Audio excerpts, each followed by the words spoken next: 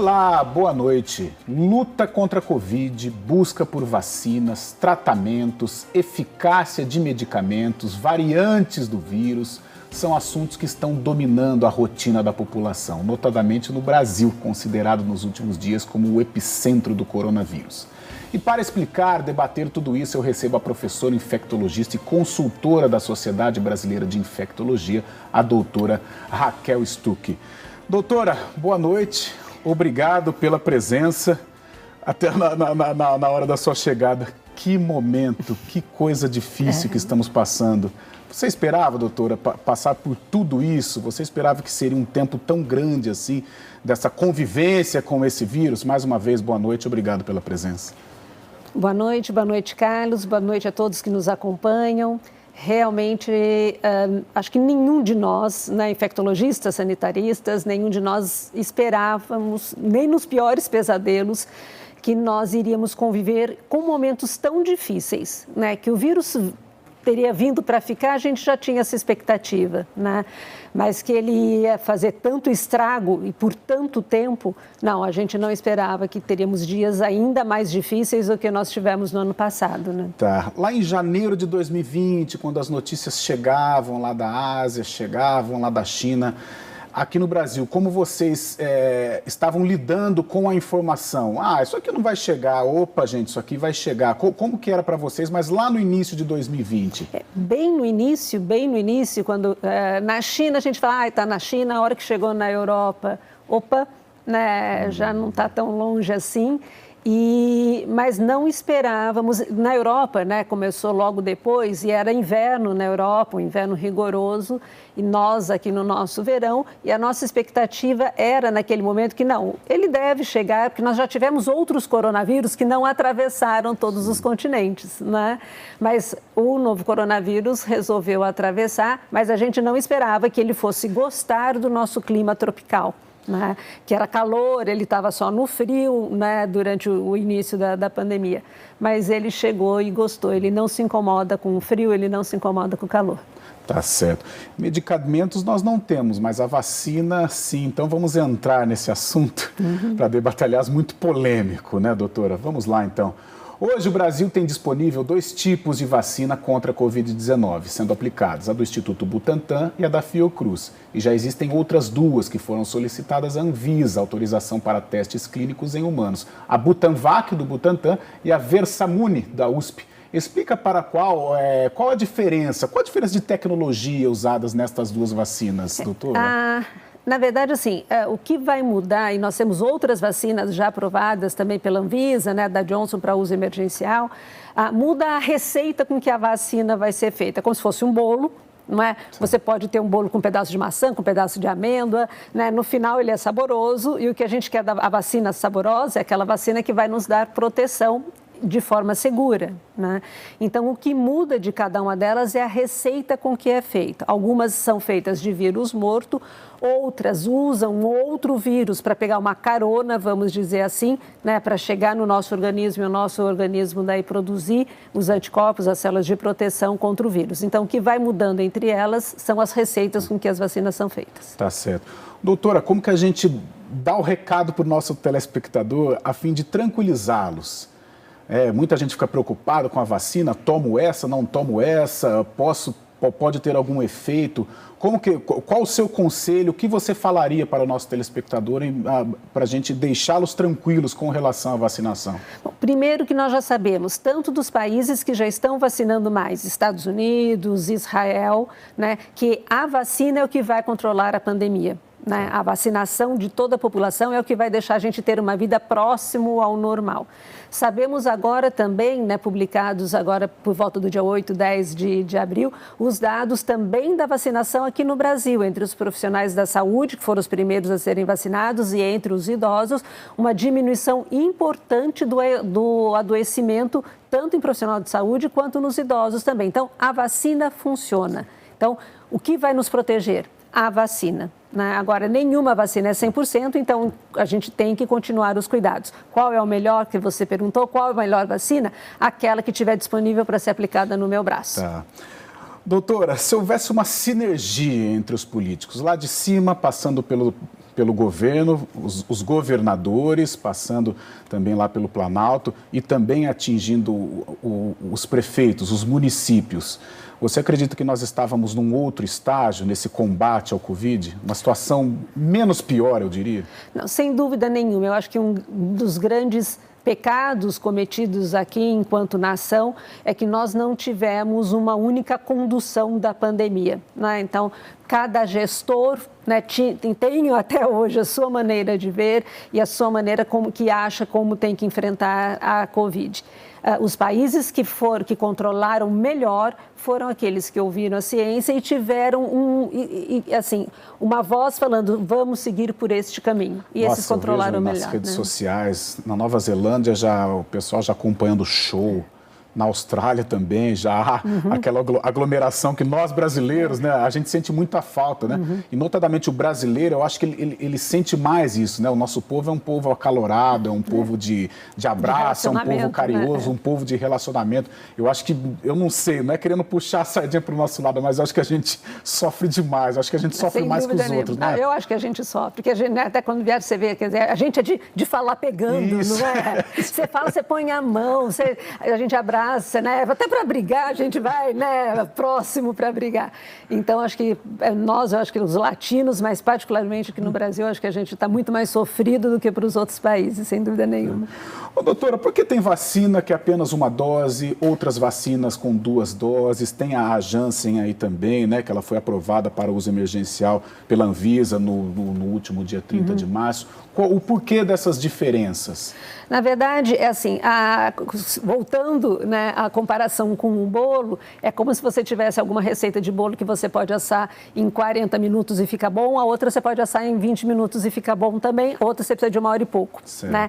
Então, cada receita para fabricar a vacina consegue fazer com que a produção das células de defesa aconteça com uma dose só, poucas, né? Hoje nós só temos só a Janssen, ou você precisa de 2 doses. Em algumas situações, tem se discutido já hoje até uma 3ª dose, né? Principalmente por conta das variantes, né? Estados Unidos está estudando talvez isso com a da Pfizer até. Então, depende da receita da vacina, como que ela consegue produzir as células de defesa, se com 1, ou se com 2, ou eventualmente 3 doses. Nessas vacinas que são necessárias as 2 doses, a primeira, então, não garante, você ainda está vulnerável. O que a gente tem de resultado, quando a gente fala que a proteção da vacina é 80%, 90%, é 2 semanas depois da 2ª dose.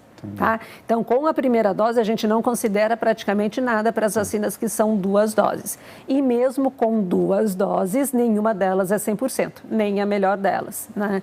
Então, enquanto a gente tem uma circulação do vírus muito grande, mesmo que eu tendo as 2 doses da vacina, eu vou precisar ainda tomar cuidado, porque não é 100%. O doutor, esse percentual, né? A gente fala em 50%, fala em 90%, fala em 80%, né? Vários números, né? Como que é a medição desse percentual da eficácia das vacinas? Você faz, na verdade, você tem cálculos, né, até para serem feitos, onde você leva em consideração quanto que o vírus se transmite de pessoa para pessoa, qual é a taxa de transmissão dele no momento e quanto que eu preciso daí pela transmissão do vírus da população vacinada para ter essa proteção maior, né? E da eficácia da vacina. Se eu tenho uma eficácia, né, que é de 90%, provavelmente eu tenho que vacinar uma porcentagem menor da população para ter uma proteção grande. Com as nossas vacinas, a estimativa é que a gente precise de ter uma vacinação de 70% da população. Tá certo. Falar um pouquinho desses testes, então. Como são feitos os testes e quais são as fases até que a vacina seja autorizada, doutora, pela Anvisa? Bom, inicialmente, nós temos o que a gente chama até de uma fase pré-clínica, né? Que é você estudar o agente, o vírus, vamos falar, a gente está falando de vírus, né, que causa doença, ver qual que é a estrutura, que parte do corpo do vírus é que vai produzir o anticorpo, se aquele anticorpo, aquela célula de defesa realmente dá proteção ou não. Descobrir isso, que às vezes demora anos para você saber disso, agora foi tudo mais curtinho, mas às vezes demora anos, você vai fazer teste em modelo animal. Tá? Em modelo animal, você já vai ver se deu alguma reação grave, já estuda em modelo animal se tem alguma interferência na gestação ou não, tanto no desenvolvimento da gestação quanto do embrião, do feto, e se vai produzir anticorpo. Depois a gente passa pelas 3 fases clínicas que a gente chama iniciais, a fase 1, fase 2, fase 3. O que vai mudando? Vai mudando o número de pessoas, de voluntários em cada uma dessas fases. Né? Na fase 1, o principal é saber se vai fazer anticorpo, e na fase 1, então, são dezenas de pessoas que participam, que eu vou ver se ela vai dar proteção, qual é a melhor dose que eu vou usar da vacina também, se vou fazer 1 ou 2 doses. Tá? E se eu vou fazer concentrações diferentes, meia dose, uma dose inteira, o dobro da dose. Tudo é nesta fase 1 e meio fase 2. Fase 2, eu vou para centenas de pessoas para avaliar principalmente eficácia e segurança também. Tá? E posso ter esquemas diferentes ainda de vacinação. E na fase 3, é um número maior, bem maior de voluntários, que é aquela fase antes da aprovação da vacina, então com centenas de milhares de voluntários, sempre com uma parte dos voluntários tomando vacina, outra que a gente chama placebo, que é nada. E vou analisar quem ficou doente, quem não ficou, a produção de anticorpos e tudo. Né? Então, com este resultado dessas 3 fases e da fase até pré-clínica de animal, toda esta documentação é enviada para a agência regulatória aqui no Brasil, a Anvisa, que vai analisar e ver se é uma vacina que se mostrou, que se cumpriu todas essas etapas e que se mostrou segura e eficaz, para daí ser aprovada para toda a população. Há risco? Bom, viver tem risco. Sim. E eu vim morrendo de medo para cá, porque essa semana me envolvi num acidente de trânsito, parece que chove moto e carro de tudo quanto é esquina. Então, viver tem riscos. Mas por que é importante a gente saber que todas essas fases anteriores existiram, até a fase 3? Porque na fase 3, eu já tenho, e a gente vê agora com a Coronavac, estudos com 30 mil voluntários, 40 mil voluntários, 60 mil voluntários. Então, você teve um contingente importante de pessoas para avaliar não só a eficácia, mas a segurança também. Agora, é claro, quando você sai de vacinar 60 mil para vacinar 60 milhões, podem aparecer ali nas situações que não ocorreram até então. Né? E por isso que é importante, já mesmo na fase de comercialização das vacinas ou de aplicação em massa, que se mantenha o que a gente chama de vigilância das reações, né, pós-vacinação. Então, até essas notícias que a gente tem ouvido falar logo no início, lembra, com a Pfizer e com a Moderna, aquelas reações alérgicas. Sim. Agora, essa discussão sobre os fenômenos de trombose relacionados à AstraZeneca, sim ou não. O que a gente deve aprender disso? Olha, está todo mundo cuidando da saúde da gente. Então, tem um sistema de fiscalização. Sim. Para garantir que o que acontecer de diferente vai ser analisado e nós vamos ter uma resposta. Sim, doutor, até para a gente passar para o público, antes de começar o programa, a gente falava, né, o tempo da vacina. Foi um tempo recorde, a gente pode considerar, desde o advento do Covid, né, o mundo em ebulição, de repente vem a vacina e hoje março, pelo menos no Brasil, né, março de 2020, hoje estamos um pouquinho mais de um ano e já temos a vacina. Claro, com alguns problemas, mas a vacina já está aqui. Foi um tempo assim, o que a medicina fala desse? É um tempo recorde?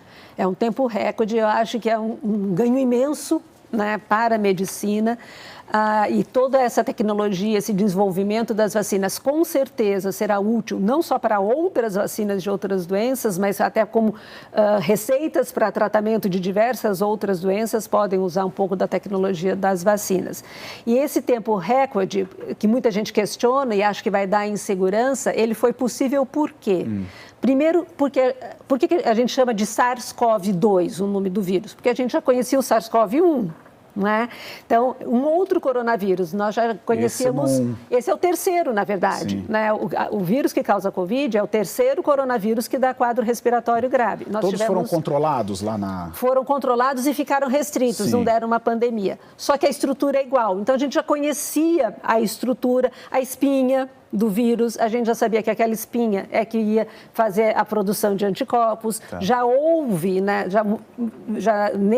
nos últimos 20 anos, desde que a gente conhece o coronavírus, esses coronavírus que dão quadro mais grave, a gente já tinha receitas de fabricação de vacina que foram aproveitadas agora para o novo coronavírus, né? Ao mesmo tempo, o que aconteceu também é que, normalmente, se esperava toda a aprovação de fase 3, né? E depois submetia para a agência regulatória e depois começava a produção. Sim. Né? Agora não. Agora todos os laboratórios assumiram uma atitude de risco, vamos dizer assim. Então, quando estava na fase 2 e 3, antes da aprovação, as vacinas já começaram a ser produzidas. Tá. Porque a hora que a agência regulatória, né, ou ela se mostra eficaz e segura, eu já tenho produção de vacina para começar a vacinar. Isso é de risco. Nós tivemos já 4 vacinas que foram interrompidas, né, já produzidas, né, entre fase 2 e fase 3. E daí o investimento feito e as doses produzidas, risco, lixo. Sem dúvida. Só foi o primeiro bloco, doutora. Chegamos ao final do primeiro bloco do programa Ação Nacional. Hoje um tema importante, um tema que está sendo muito debatido, as diferentes vacinas contra o Covid-19. Eu estou aqui com a doutora infectologista, a Raquel Stuck. O intervalo é breve, daqui a pouco muito mais esse assunto que está dominando o mundo, as vacinas contra o Covid-19. O intervalo é rapidinho.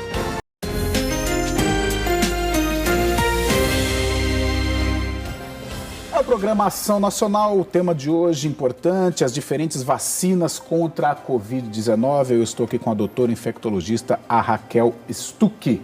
E já vamos partir aí com mais questões envolvendo aí o cenário brasileiro com relação às vacinas, considerando que a Butanvac do Butantan e a Versumi da USP sejam aí autorizadas em breve pela Anvisa para testes clínicos em humanos. Quanto tempo pode levar até que sejam autorizadas para o uso emergencial? E isso para o Brasil, o que significa isso para o nosso país?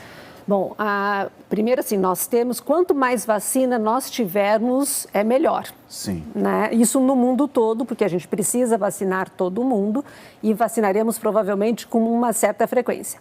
Quanto mais nós tivermos vacinas produzidas no Brasil, ainda melhor. Né? Porque daí nós teremos uma autonomia, né? E não ficaremos sofrendo, que nem estamos agora, esperando chegar mais lote de vacina para poder vacinar. Sim. Então, se essas vacinas, né, que são, por enquanto, elas são, né, é um sonho da gente ter essas vacinas aprovadas, então elas estão no início, mas se mostrarem seguras, eficazes e forem aprovadas, realmente para o Brasil será fantástico, porque teremos, né, possivelmente nós seremos autossuficientes aí para vacinar a nossa população, porque teremos 4 vacinas daí, pelo menos, com fabricação nossa. Sim. Doutora, Butantan, Fiocruz, esses laboratórios, eles são tão importantes ou são tão eficazes assim quanto os da Europa, os grandes laboratórios? São, e eu acho que são laboratórios que nos enchem de orgulho, deviam encher de orgulho a todos nós brasileiros.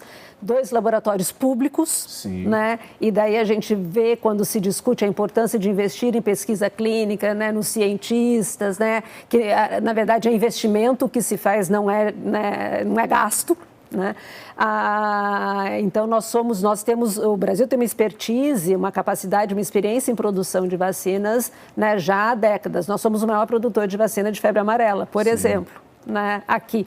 E nossa vacina é que sai para vacinar o mundo todo. Legal. Doutora, a gente vai ver um vídeo, hein? Olha só, a OMS publicou em 9 de abril do ano passado os requisitos mínimos para autorização de uso emergencial de vacinas. E a Anvisa também faz diversas exigências antes de aprovar uma vacina para o uso aqui no Brasil. E nós vamos ver aí a declaração do doutor Paulo Roberto Toledo Corrêa, que é advogado especialista em propriedade intelectual e industrial. Ele fala sobre a Anvisa ter negado o pedido de certificação de boas práticas para importar a Covaxin, a vacina indiana. Será que é possível reverter essa situação? E na volta nós vamos debater sobre isso.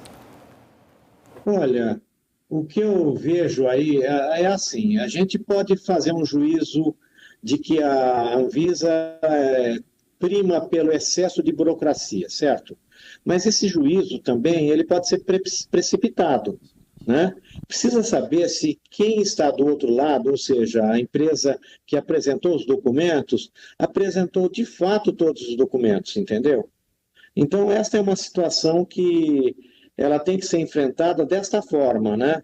Agora, ao mesmo tempo, nós estamos diante de uma situação muito complexa, que é essa situação da pandemia, né? Então, nesse sentido, eu creio que a burocracia ela tem que se voltar assim, a facilitar ao máximo. É lógico que existem cuidados para que a população de fato seja imunizada, que a Anvisa faça esse papel de guardião, etc., entendeu? Da população brasileira quanto à segurança, né, das vacinas, mas ao mesmo tempo é importante que a Anvisa não crie empecilhos, né, empecilhos aí desnecessários, né? Doutora, realmente há essa burocracia é importante, é desnecessária, como que você avalia? Eu acho que nós já misturamos demais e temos misturado muito neste país, né? Os conhecimentos não científicos, não da ciência, não técnicos, com os eu acho, né, eu quero, e a ciência não é assim. Então, acho que a gente tem que deixar a Anvisa, que é o nosso órgão regulador, trabalhar e que ela faça isso do ponto de vista técnico, como tem feito, né? Eu acho que quem assistiu à divulgação, né, da Coronavac e da Oxford AstraZeneca, viu que foi um parecer absolutamente técnico. Agora, se a vacina não cumpre tudo que era para ela, não cumpre, é para a nossa segurança. No momento a gente precisa de vacina muito, mas a gente não pode pular etapas. É uma questão de segurança de toda uma população. Seria isso uma continuação da fase 3 ou não? O que a gente chama de continuação da fase 3 é o que nós estamos vivendo agora com a Coronavac e Oxford aqui no Brasil. É você vacinar toda a população. E daí você vai ver quanto que realmente vai proteger na vida real. Isso é uma fase 4 que a gente chama, né? Mas até a fase 3 você tem essa análise da Anvisa que deve ser criteriosa, sim, porque você não pode, daí sim, né, fazer uma vacina que pode fazer mais mal do que bem. Imagina se tivéssemos pulado as etapas, até mesmo da Oxford AstraZeneca que nós temos aqui, e começa a reação adversa, você vai falar, tá vendo? Não estudou direito, liberou na pressa. Não, não é? Então, a gente tem que ter a segurança do produto que a gente vai estar submetendo toda a população, né, para fazer uso. Tá certo. Ô, doutor, esse uso emergencial pode ser perigoso a longo prazo? A gente pode sofrer algum efeito colateral ou não? Não, na verdade, o uso emergencial é porque os critérios que são avaliados na Anvisa, eles são menos quesitos. Se a gente for comparar com escola de samba, que acho que todo mundo, quem gosta e quem não gosta do carnaval acompanha, então seria como se eu fizesse uma análise, né, do final do carnaval, em vez dos 10 itens dos quesitos da escola de samba, eu só vou analisar quase que samba enredo e mestre sala e porta-bandeira, e evolução, tá? Não vou analisar o resto. Então, seria isso. Então, eu vou analisar a segurança, vou analisar a eficácia, mas não vou analisar com tanto critério o que aconteceu com o animalzinho na fase pré-clínica e tal.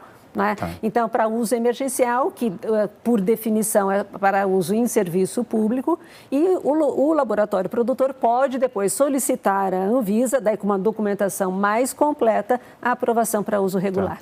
E com relação a esses efeitos colaterais, quais são os mais comuns? O que a gente tem mais comum é dor no local da aplicação, como qualquer vacina, fica vermelho, fica quente, né? E já adianto para todos que para melhorar isso, compressa fria, até com gelo, 3, 4 pedras de gelo, põe no saquinho plástico, põe por cima da camiseta e faz a compressa. A vacina da Oxford AstraZeneca, ela costuma dar um pouco mais de reação, principalmente nos mais jovens, né? Nos mais jovens, eu digo, né, 40, 30 anos, que os profissionais da saúde foram vacinados com essa idade. Então, pode dar febre nas primeiras 48 horas, dor no corpo, que pode tomar antitérmico também. Tá certo, então. Doutor, agora sobre os possíveis efeitos colaterais sendo investigados em pacientes que tomaram a vacina da AstraZeneca e tiveram a formação de coágulos sanguíneos e que levou alguns países europeus a suspenderem temporariamente a aplicação do imunizante. Qual a sua opinião a respeito, visto que essa é uma das vacinas aplicadas aqui no Brasil, né? O que a gente tem que lembrar sempre é que, como eu disse no bloco anterior, a gente pode ter novas reações que não foram vistas na fase 3, porque você está vacinando um contingente muito grande de pessoas agora. O segundo ponto é, as outras doenças vão continuar acontecendo, você vacinando ou não. Então, as pessoas, infelizmente, vão continuar infartando, vão continuar tendo derrame, vão continuar tendo pneumonia, vão continuar tendo trombose, tá? Agora, eu posso, né, vamos supor que eu não tomei a vacina, eu posso infartar daqui 2 dias e infartei. Eu posso ter tomado a vacina uma semana atrás e infartar. Sim. Né?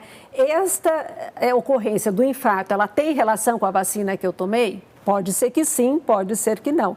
Então, por isso que é importante notificar, né, para que a hora que você começa a ter muita ocorrência semelhante, você vai ver, não, o número de infartados está muito maior, né, pós a vacinação, ou está igual ao que a gente tinha. Então, por enquanto, as análises estão mostrando que existe uma relação de tempo, mas ainda não conseguiu, os estudos, as análises estão prosseguindo, isso pode mudar, mas ainda não conseguiu ver que realmente a vacina estaria sendo a causa desses fenômenos de trombose, que acontecem também independente da vacina. Tá certo, então. Doutora, nós vamos para mais um intervalo e na volta a gente vai ter aí um VT do Dr. Paulo Roberto Toledo, que vai continuar falando, né, sobre os efeitos colaterais. Então vamos para o intervalo, né, as responsabilidades disso tudo também. Então nós vamos para um rápido intervalo, daqui a pouco a gente volta no terceiro bloco com mais informações sobre as vacinas anti-Covid-19.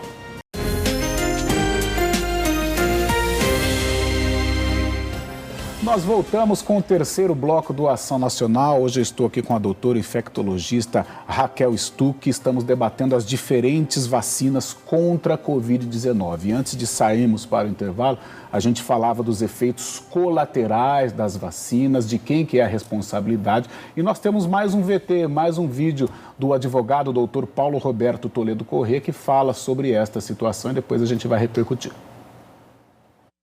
O que tem é que existe uma responsabilidade aí, uma culpabilidade. Em direito, existe a diferença entre o dolo e a culpa, certo? Pode haver a culpa, mas não a intenção, o dolo, a intenção de matar, a intenção de prejudicar, né? Então, nós estamos diante de uma situação que é uma situação complexa, emergencial, de muito difícil, né? De trato difícil, mas existe responsabilidade? Sim, existe.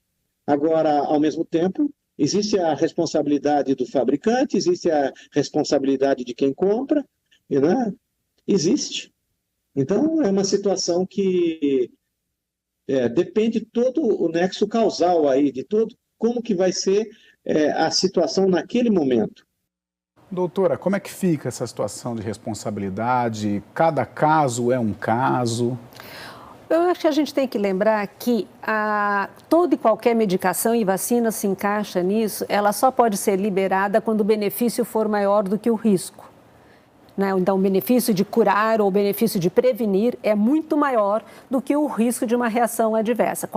Se a gente for pegar qualquer bula de remédio, a gente vai ver que tem lá o 0,1%, não é? Pílula anticoncepcional é uma das maiores causas de trombose em mulher jovem, né? É culpa de que está lá escrito que pode dar, você toma ou não. Então, o que nós temos até o momento, que o risco, né, principalmente nas pessoas com comorbidade de idosos, de terem Covid grave e adoecerem, é muito maior do que, eventualmente, né, um risco de reações adversas, né, que nós estamos, algumas delas, conhecendo agora. Então, acho que não se justifica, sim, a utilização dessas vacinas. Tá certo. Doutora, eu só vou até pular um pouquinho, depois eu vou voltar na pergunta do roteiro com relação à vacina, mas e as doenças respiratórias, como que elas estão no Brasil? Porque a gente liga a televisão, só se morre de Covid, como é que tá? Nós tivemos, ano passado, uma diminuição importante de doença respiratória outras. Mesmo o vírus da gripe circulou, e mesmo em crianças circulou muito pouco. Né? Comprovadamente, isso foi comprovadamente, legal. Que, né, você continua colhendo e fazendo o estudo, né, para ver quanto que tem vírus circulando. Esse ano, nós já tivemos, no começo do ano, um número muito grande de casos do vírus sincicial respiratório em crianças. Então, as crianças não internaram ano passado, esse ano, né, a gente tem muita criança internada com vírus sincicial respiratório. Então, como que o vírus da gripe vai se comportar agora este ano? Vamos ver o que vai acontecer, mas é importante, né? Acho que pelo menos o uso de máscara agora no inverno todo mundo aprendeu, a gente vai continuar a usar. E as pessoas hoje, por qualquer problema respiratório, as pessoas já elas associam com o Covid? Como que é a sua participação na hora da conversa? Olha, a Covid é uma doença que ela não é só do pulmão, não é só do nariz, ela pode acometer tudo, então tem muitas manifestações que pode ser, eu infartei, isso pode ser desencadeado pela Covid? Pode, a gente sabe que pode, que né, o vírus em si faz ter mais trombose também, né? Então, hoje, qualquer sintoma, a gente acaba... Claro, eu tenho alergia. Vamos supor, rinite.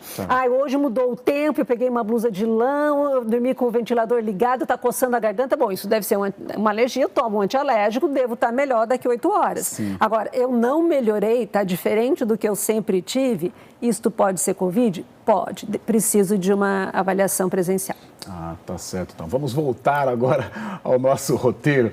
Doutora, a vacina da Pfizer é a única registrada pela Anvisa para o uso definitivo aqui no Brasil, mas a gente sabe que ela, assim como a vacina da Moderna, exige uma temperatura para armazenamento bem baixa, aliás, entre menos 25 e menos 15 graus centígrados por 2 semanas. Isso pode ser um impedimento aqui no Brasil por causa do nosso clima?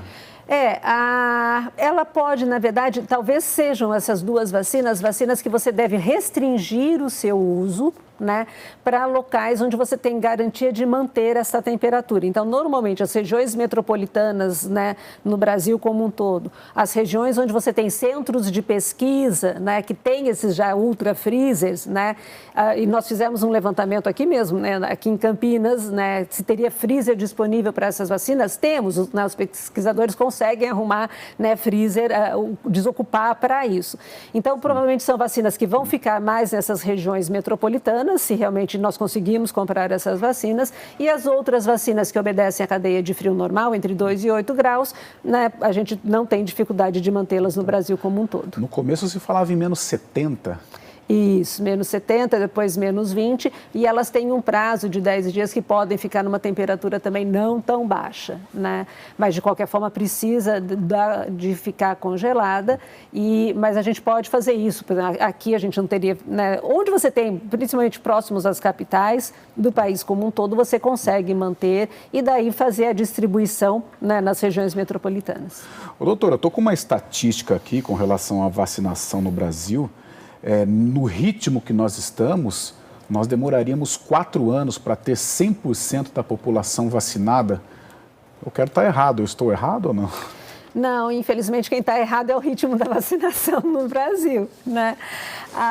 E o grande empecilho, né, para a gente poder acelerar e vacinar mais é ter o imunizante. Então, a gente começou a se interessar, nós, enquanto país, né, em termos vacina muito tardiamente, nós somos os últimos países, nós fomos o último país a se interessar em comprar vacina, nós ficamos no final da fila, né? Agora, e até por isso que é importante termos vacinas produzidas aqui, né, estreitarmos nossas relações aí internacionais para conseguirmos vacina, porque nós sabemos vacinar muito, né, um grande número da população, e sabemos vacinar bem, apesar de termos que levar vacina rio acima e rio abaixo, literalmente, né? O que está faltando é realmente a gente ter vacina para poder vacinar. Agora, a permanecer nesse ritmo, eu espero que não permaneça, né, que se acelere um pouquinho mais, mas a permanecer nesse ritmo, corre o risco dessa vacina ter que ser sazonal? São duas coisas separadas, né? Mesmo vacinando grande parte da população, vamos pegar Israel como exemplo agora, os Estados Unidos, é possível sim que a gente tenha que repetir esta vacina mais ou menos como a vacina da gripe, talvez, todo ano, né? Ou a cada 2 anos. Isso a gente ainda não sabe. A Pfizer divulgou que por 6 meses tem uma proteção boa.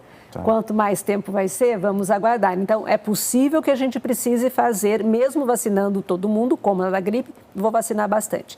Outra coisa é, se eu demorar muito para vacinar, eu vou continuar com o vírus circulando muito, vou ter abre e fecha de, né, permitir ou não permitir a circulação das pessoas e vou ter a chance de novas variantes também. Sim. Doutora, tem algum número mágico, assim?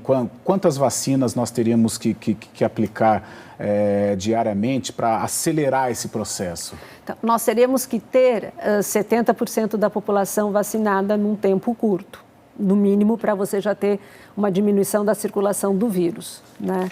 Daí precisa fazer uma matemática que eu vou deixar para você fazer isso depois. Não é à toa que eu estou apresentando o programa, significa matemática.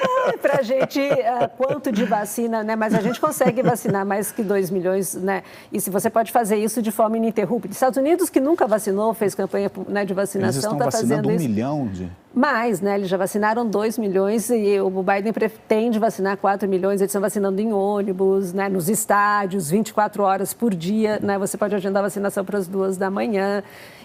E precisa, né? Tá. E assim, não falta, acho que, comprometimento de todos que trabalham, né, no SUS e de todos, até mesmo do setor privado, acho que, né, iria colaborar com certeza, né, para você poder aumentar a velocidade de vacinação. Poxa, neste ritmo, né, os norte-americanos, a possibilidade dos Estados Unidos voltar a uma vida perto do normal é grande. É muito grande. Nova York estava vacinando já há 20, 29 anos, né? Nossa. Doutora, você falou de Israel, então. Vamos falar de alguns dados, né, de Israel, onde a vacinação está mais avançada, sugerem resultados além do esperado, com uma queda drástica nos casos, nas hospitalizações, nas mortes por Covid-19. Também há indícios de que as vacinas ajudam a combater sintomas leves, porém, mesmo assim, muitas vezes necessitam da visita dos pacientes aos hospitais. É isso mesmo que se espera das vacinas contra o Covid, doutora?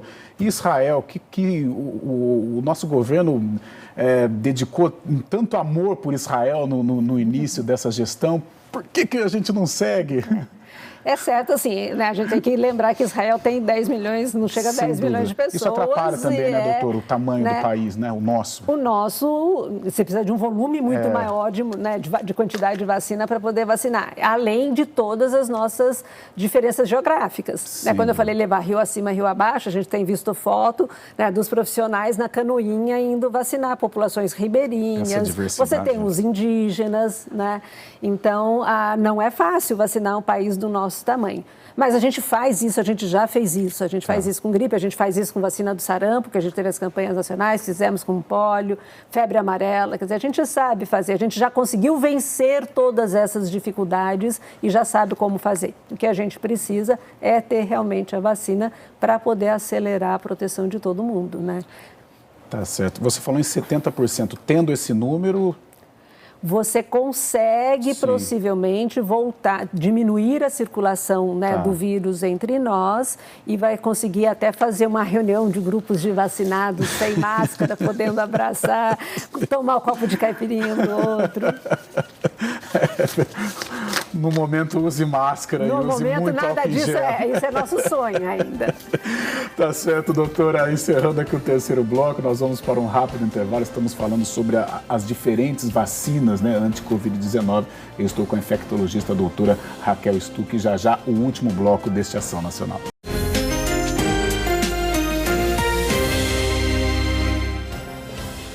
Voltamos, o último bloco do Ação Nacional. Hoje um programa bem legal, bem explicativo, né? O tema de hoje é as diferentes vacinas contra a Covid-19. Eu estou aqui com a doutora infectologista Raquel Stuck.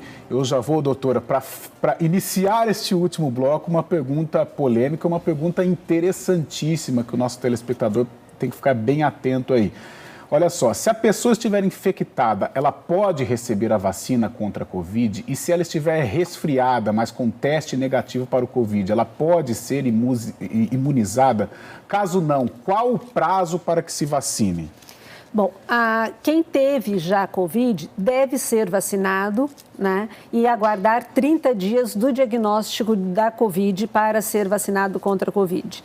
Se está com quadro respiratório, né, e o exame foi negativo, deve aguardar pelo menos uns 10 dias até todo esse quadro, né, desaparecer, estar sem sintomas para daí ser vacinado. Mas ambos devem ser vacinados sim. Tá, doutora, se já tomou a primeira dose e depois apresentar alguns sintomas? Isso tem sido relativamente frequente, principalmente que as pessoas tomam a primeira dose e relaxam um pouco nos cuidados, né? Então, se eu tomei a primeira dose, tive Covid entre a primeira e a segunda dose, se for da Coronavac, que são 28 dias, eu comunico, né, na minha sala de vacina e peço para adiar, né, então eu vou fazer a segunda dose 30 dias depois do meu diagnóstico da Covid. Se for AstraZeneca, este intervalo entre a segunda dose é maior. Mas se vamos supor, eu peguei Covid, eu vou tomar AstraZeneca, peguei Covid uma semana antes da minha segunda dose, aviso na sala de vacina e peço para adiar por mais 30 dias. Ah, tá certo. Doutora, quem pode, quem não pode tomar a vacina? No momento, todos acima de 18 anos podem tomar a vacina. A gente está vendo que já tem a vacina, né, sendo testada em adolescentes, logo eles vão poder tomar, mas por enquanto só acima de 18 anos. Todas as pessoas podem. Quem tem doença crônica pode e deve tomar vacina e mantém todos os seus remédios habitualmente. Né? No dia que tomar vacina, na véspera, não vai mudar nada.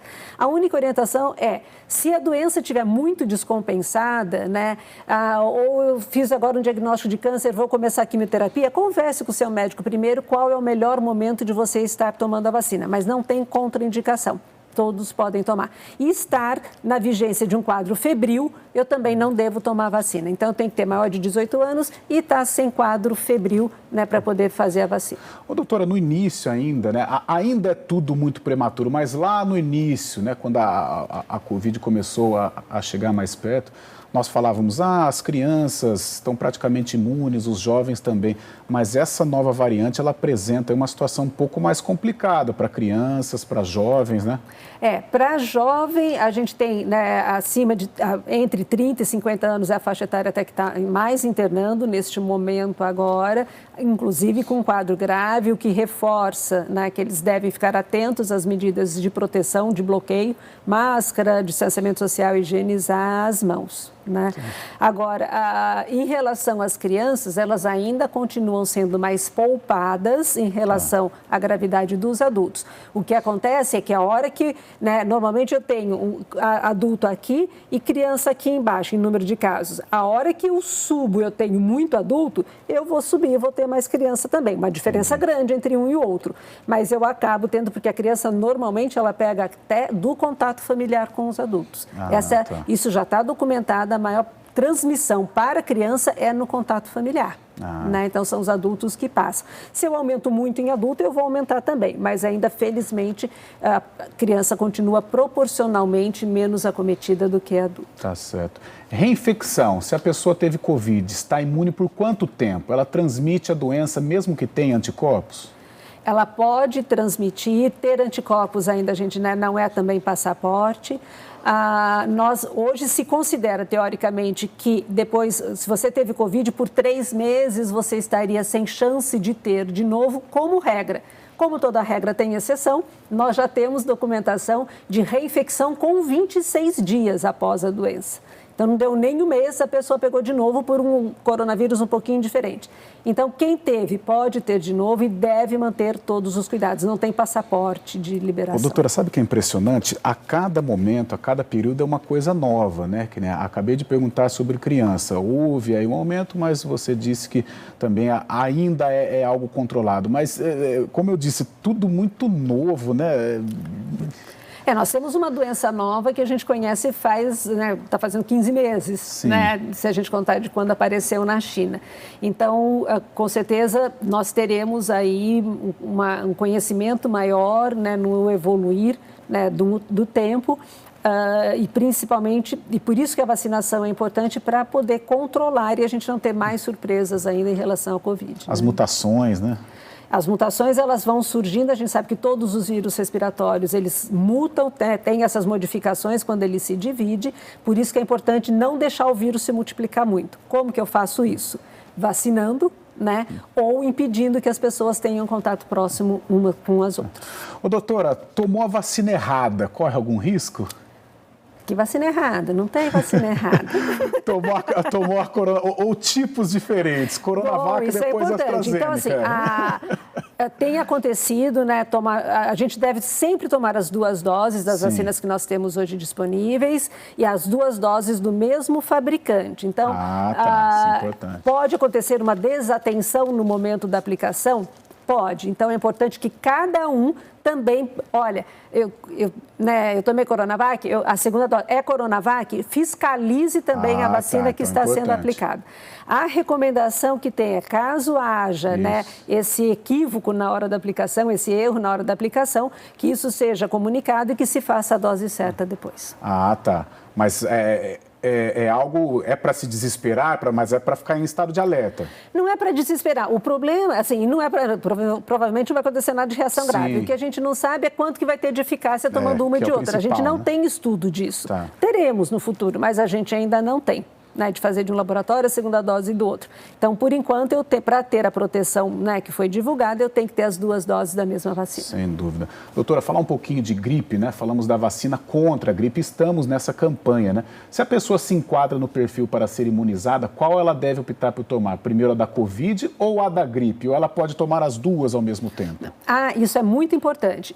As pessoas que devem tomar, estão como prioridade aí para as 2 vacinas, ela deve esperar fazer a vacinação contra a Covid primeiro, que a vacina da gripe a gente vai ter até julho, Então faça primeiro a Covid, se for Coronavac, que são 3 semanas, faça as 2 doses, espera 14 dias da segunda dose e daí faz a da gripe. Tá? Se eu fiz a AstraZeneca, faço a primeira dose da AstraZeneca, espero 14 dias, faço a da gripe, porque eu vou ter um prazo mais longo depois para a segunda dose da AstraZeneca. No momento, então, é importante priorizar. Sempre priorizar a Covid e deixar a gripe para 14 dias depois. No momento, elas não devem ser feitas as 2 no mesmo dia. Tá, mas, por exemplo, ocorreu de ter tomar muito próximo, um prazo menor do que você estipulou aí. Possivelmente, assim, essa orientação, ela se deve por ser tudo muito novo. Tá.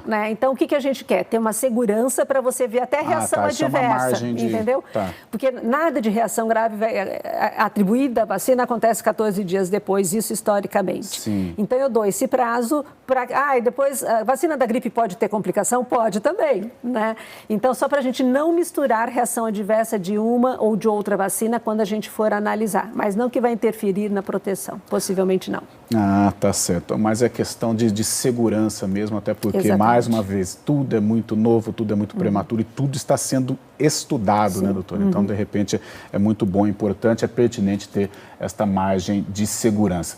Doutora, preocupada com o coronavírus, a população tem esquecido de outras vacinas, ignorado a prevenção de outras doenças. Por exemplo, temos um dado da Secretaria Municipal de Saúde do Rio de Janeiro que aponta que de 2017 a 2020 a porcentagem de imunização contra a BCG, contra a tuberculose aplicada em recém-nascidos, caiu mais de 40%.